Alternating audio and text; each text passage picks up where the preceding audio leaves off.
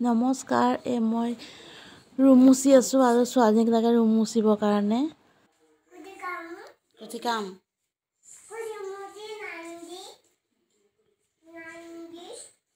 মোক দেখা দেখি তাইকো কাম কৰিব লাগে আৰু এনেকৈ কাম বনকেইটা মই কৰি লৈছোঁ কাৰণ আজি হৈছে দেওবাৰ আৰু আজি মানুহজনৰ ঘৰত আছে আৰু মই এফালে বনাই দিছোঁ মেগী খাবৰ কাৰণে তাইক মাতি আছোঁ আৰু তাই এফালে বাপেকৰ লগত কিবা কৰি তাইক অলপমান মেগী খাব দিছোঁ। তাই মেগী খাই আছে কাৰণ কেতিয়াবা খাব বিচাৰে মেগী বা অন্য বস্তু হওক আৰু সেইটো কাৰণে তাই মেগী খাই আছে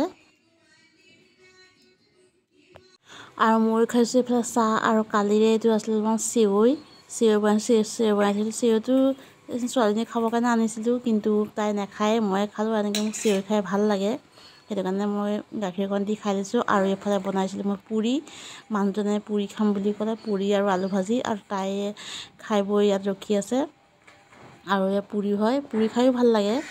আৰু আজি বতৰটো অকণমান দেখুৱাইছোঁ, ৰ'দো নাই বৰষুণ নাই এনেকৈ আৰু অলপমান সন্ধিয়া সময়ত তলফালে গৈছিলোঁ, এই ছোৱালীয়ে যাওঁ গৈছিলে আৰু ময়ো খাই আছোঁ দুটামান খেজুৰ আৰু তাইকো মই ক'লোঁ ব'ল অকণ খেলিবি আৰু সেইটো বুলি খেলিবৰ কাৰণে লৈ গ'লোঁ। আৰু এই সন্ধিয়া সময় হৈছে, তাই ডান্স কৰি আছে, টিভি গান চাই নাচি আছে।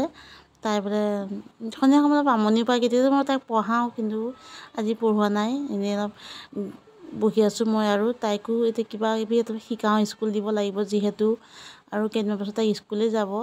আৰু মই ভাবোঁ কিনো পঢ়িব ইমান সৰুতে, একো এতিয়া বুজিয়ে পোৱা নাই পঢ়িবৰ কাৰণে, তথাপিও মই নিজৰ ফালৰ পৰা মই চেষ্টা কৰোঁ তাইক পঢ়াম বুলি।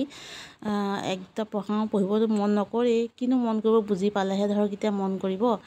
আৰু সেইটোৱে স্কুল গ'লে অলপমান তাইৰ মনটো যাব আৰু পঢ়িবৰ কাৰণে, স্কুলত ধৰক এটা অভ্যাস হৈ যাব সেইটো বুলি। আৰু এই গান চাই তাই নাচি আছে।